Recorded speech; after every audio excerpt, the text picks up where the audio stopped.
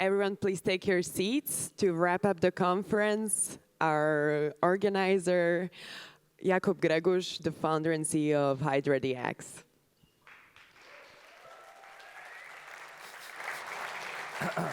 Can you hear me? Hey, can you hear me? Okay, perfect. So the one important topic which we didn't touch too much on the yesterday panel about like most common misconceptions about Polkadot is how important is economic efficiency and why is it like a real killer feature of Polkadot, and how HydraDX actually, with our lovely snack, will push forward this like super important parameter, because at the end of the day, dApps or crypto projects anyway, they are still just some businesses which needs to provide value for the end users, and they have some costs for providing this value and for enabling their more or less bullshit use cases. So that's me. I'm Jakub, or Kubo. Our CTO is also Jakub or Kubo to make it easier for you. Our Q&A lead is also Jakub. So yeah, a bunch of Jakubs here. There are another Jakub under the stage. So yeah, I'm actually former organic wine producer, but when weather started to freak out, I was thinking like maybe IT or some more anti-fragile industry would be better place for me. And on my first Polkadot meetup in 2018, which my colleague from Zprime organized, and I was like super curious, like if Polkadot or not, or if it's dead or not after the notorious multisig hack. We somehow after that formed Zprime Capital, which is not your average VC firm, and we were supporting Dotsama ecosystem from 2019, but we were just not very loudly about it because we were scared. No, I'm just joking.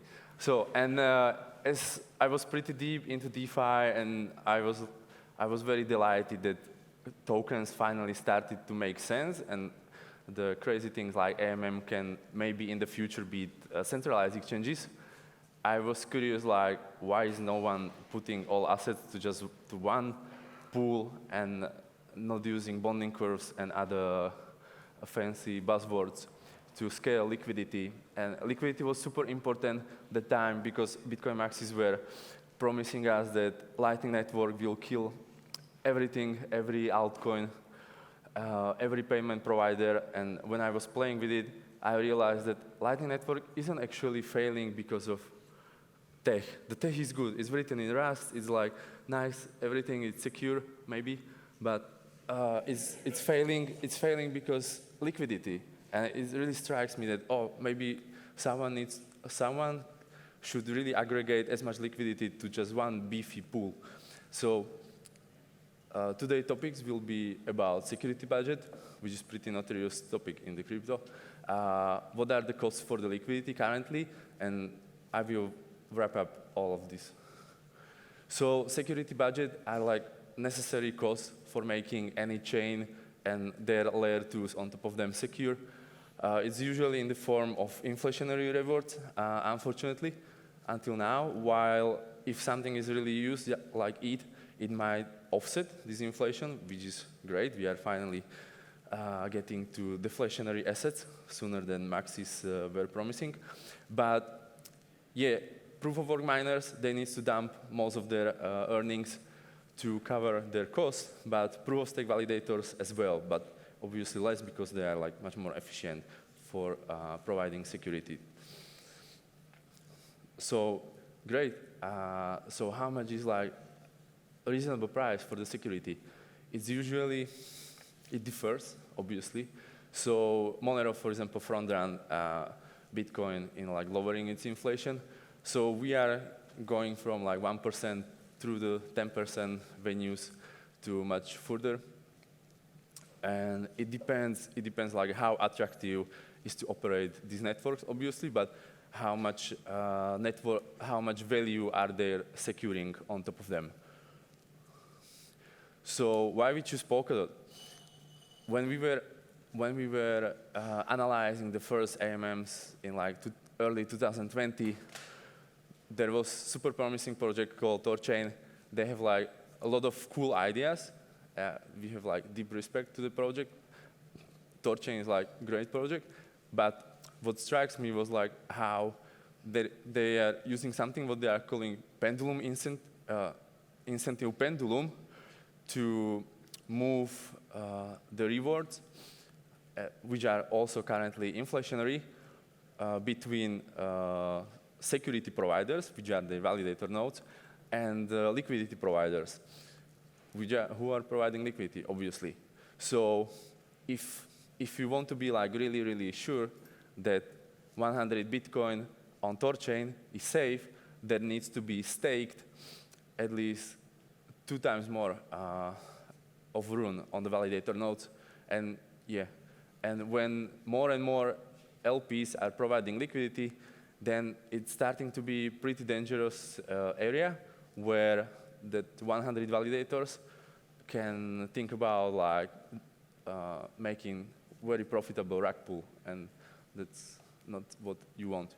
So here are some like current stats about like economic power of TorChain and Rune. So its current market cap 2.5 billion, very nice. There is something more than 60% supply distributed. I will get to the distributions a little bit later. So there is still like a bunch of tokens to be distributed. So, but what if you can use bigger network, which can flex bigger muscles for securing you, and you can, instead of dealing with security and all these issues, focus on your product. So, and like why we should be limited by just HDX, but what if like similarly like small countries like Slovakia or whoever are super happy to be in NATO and sometimes free riding it and enjoying big U.S. army. So we choose to go for the Polkadot because like I can't really, when we are thinking about like cross-chain use cases all the time, obviously I can sleep because of it. Like I can't really imagine it to like not think about how we will do it and how we will make it and how many delays we will have to deliver this, but also like what about security elsewhere, and what if they will have something or they will do something bad and it will be on our balance sheet, that loss will be on our balance sheet. So yeah, we choose to Polkadot and we actually get 8 times more security of TorChain for just 2.5% of supply for 1 year. And as Hydra will be acquiring by itself and via bonds program DOT, which will never leave, the Omnipool, then like it will be almost for free, the shared security. So how you can scale trust in adversarial environment, which crypto unfortunately is pretty harsh. So for example, by reputation, so you shouldn't be idiot or very bad on people and not think too much in short terms. Obviously, by quality of your code, tech, mechanism design, you can secure it with memes like audits, but yeah, there was also many bugs even after 3 and more audits. You should for sure not rely on the trusted solutions, like unfortunately most of bridges are, and not just them, but like you probably see that there was outage of Infura. So you can use something like Pocket or God bless Polkadot and Dotsama light client friendliness. And also make sure that it costs a lot of money to break your system. And obviously do not forget for the infrastructure. Yeah, sorry, I front ran a little bit today. Yeah, and the promise of proof-of-stake networks, like for example Terra, was to offer like much better UX, much better services, much lower fees, which is great.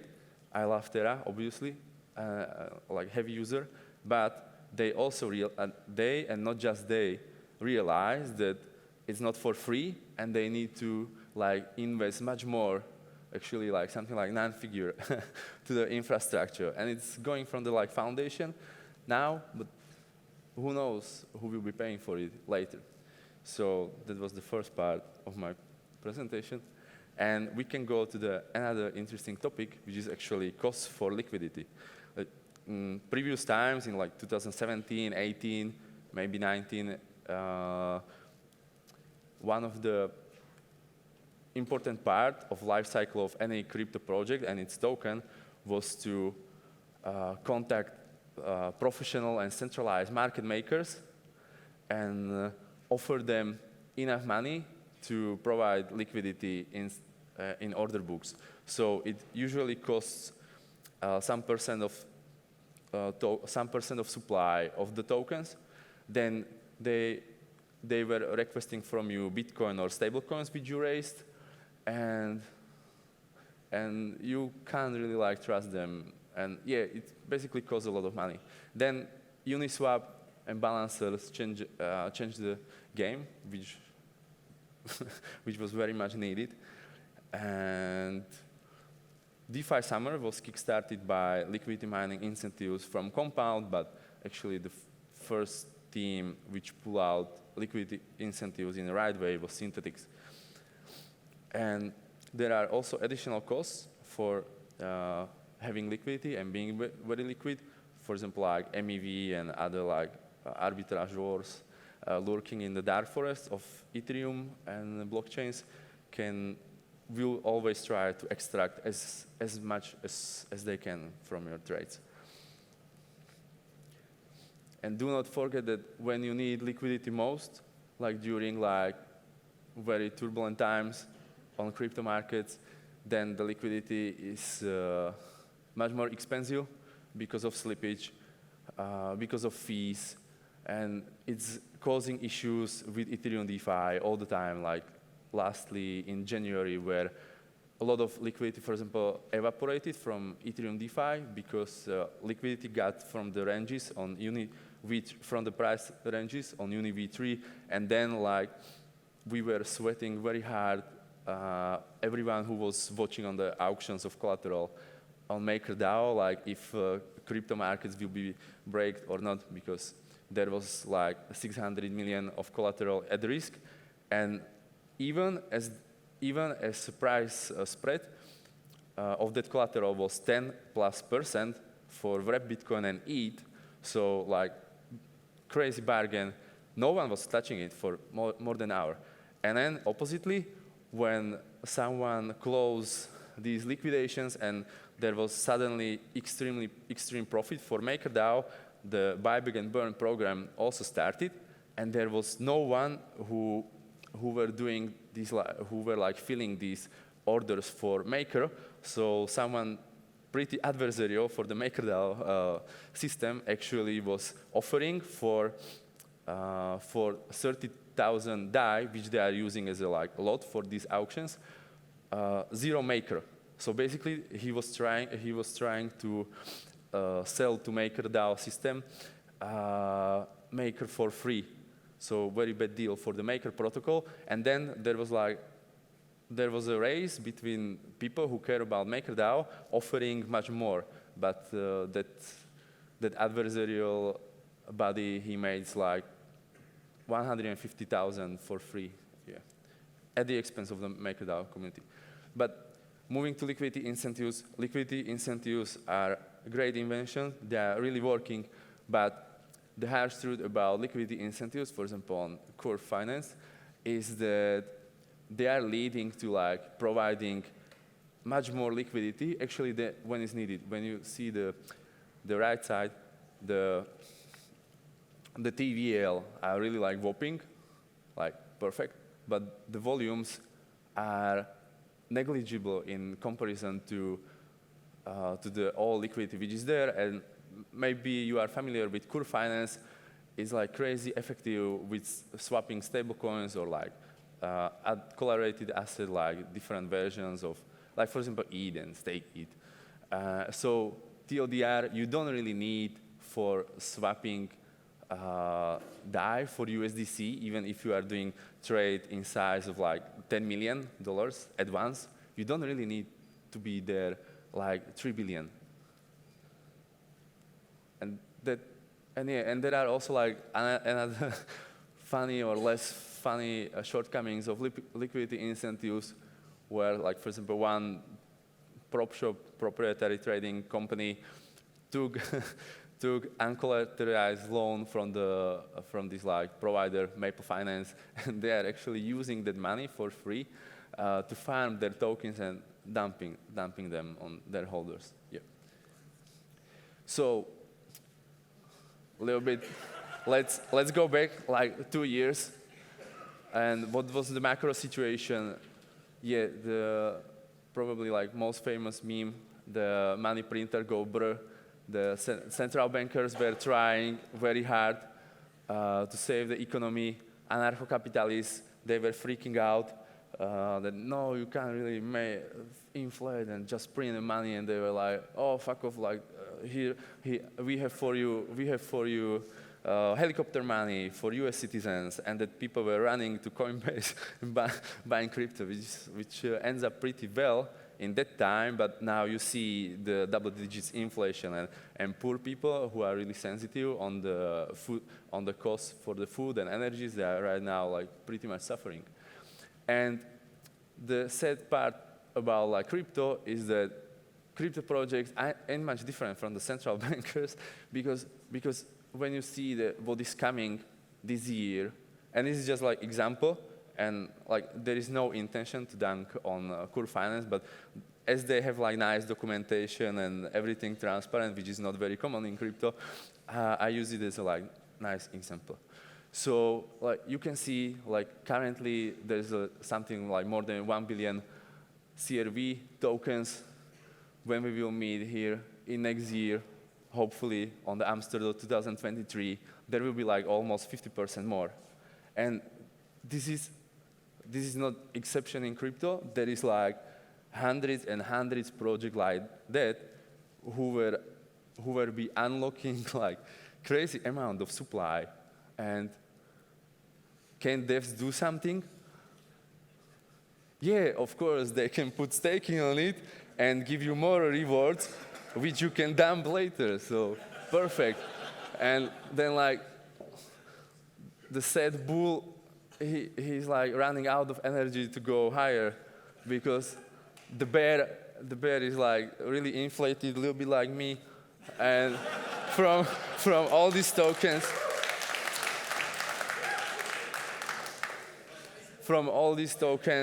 and like don't ask me why every project is like having incentives for liquidity mining biggest in like first 2 weeks, and then it's dropping, and like Justin Sun and other whales lurking in the liquidity minings, they are like moving away and like dumping tokens on your head. So how can Omnipool and Hydra living on Polkadot save the day? So the promise of Omnipool is at least scientifically proven. We will see if practically it will be working as well. So we don't want to be Cardano of AMMs, but at least for now we are. So the point of this graph is that this nice blue line, that's Omnipool, and every line represents how's the slippage bigger and bigger for the same trade size when you are adding more pairs. So what does it mean?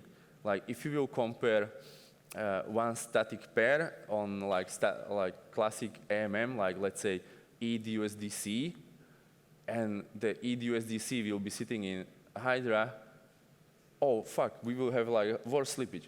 But the devil is hidden in the details. When you start to add other assets to that one ETH, like let's say we have like 10 million of ETH in Omnipool, and if you will add, and there's like ETH and USDC, okay, for now we are a little bit worse, but let's say you will add Bitcoin to Omnipool. So now you have pairs with ETH, USDC, and Bitcoin, and we will add DOT, KSM, etc. Then the same 10 million of it doesn't need to be broken and scattered to like infinite amount of pools, as you can see on other AMMs. So that means that the utilization of much smaller portion, a much more reasonable portion of liquidity is much bigger. It scales, like, fortunately for us and unfortunately for others, actually even like exponentially. And another nice feature, which we were not very loud about, was that actually for correlated assets, similar like on Curve, if you will be trading them on Hydra, there will be like different trading function applied for them, which will be like mimicking Curve trading. So yeah, even exhibitors will be laughing on you if you will be still doing like swaps at first on Curve and then going to Uniswap and paying all the crazy fees for it. And oh, don't forget to unlock the token in the MetaMask and allow spending of, and even like moving to your ETH to wrap it. Yeah, so you can do all these trades in Omnipool and enjoy much higher organic fees, because that, if you will go here, the organic fees from the just pure trading, which is this very small and tiny percentage, it's what's going on in the long term and what is important. So yeah, TLDR, crowd loan rewards, as other parachains wants to have security from Polkadot, it would be cool if they would be offering lower and lower amounts. And it's not for the like sake of being greedy or something, but it's for sake of scarcity and monetary premiums, because like, who will be buying all these tokens? But if there is community which cares about you, like for example ours, they will help you. And at the end of the day, as there will be like much smaller stream of tokens, then maybe miracles start to happen. So also you should please avoid the trusted solutions. Finally this week, Beefy was merged to Rococo. So I hope the Snowfork and other crazy good and trustless bridges will go live soon, and we can enjoy much less security, much weaker security assumptions, and there will be like much less bugs as we could see last month on bridges. And if you care about liquidity of your token and you are just starting your new project, you should use Basilisk. And how will be Basilisk connected to Hydra in much more automatic way? We will tell you maybe later when we will be announcing Basilisk V2. If you are already existing projects with decent liquidity, or our community will see that you are legit builders, you should consider Omnipool as soon as it would be possible. Omnipool is your friend. Also, our liquidity mining palette is designed in a way that's increasing reward over the time. So you will be rewarding your long-term believers and your diamond hands much more than like whales who are just like coming with their billions and then going away. And in the future, or if you are aspiring derivator, or if you left the boomer TradFi job, then, and considering to build some like powerful derivatives which are offering impossible yields, you should consider to build them on top of Hydra and their heads. As we were touching how liquidity is very expensive actually in the times when it's more needed. One of the coolest substrate feature, which is not super well known, is that you can have like different routes for the transactions in your mempool. So we will be allowing the liquidation transactions with priority in the mempool which is pretty cool because you can't get this on any generalized smart contract platform. And the liquidity will be always there, and that collateral will be liquidated with liquidity of Hydra liquidity providers. So we doesn't need to extract as much of value from your collateral. And then, yeah, you will save more money. And if you are DGen, then basically Basilisk and Hydra will have much more reliable and advanced execution environment for you. So please think about tokenomics much more. Don't support super inflationary money printers and other brrrr projects. And especially tonight at our lovely after party, you should stay hydrated and not liquidated.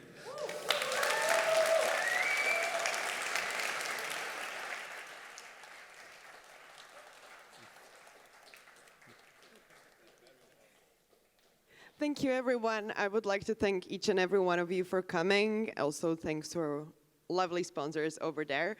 Afterwards, we'll have some drinks and some dinner, and please enjoy yourselves. And after 9, there will be an after party right here. And you can find all the information on the website or find us around there in the cafeteria. Thank you all.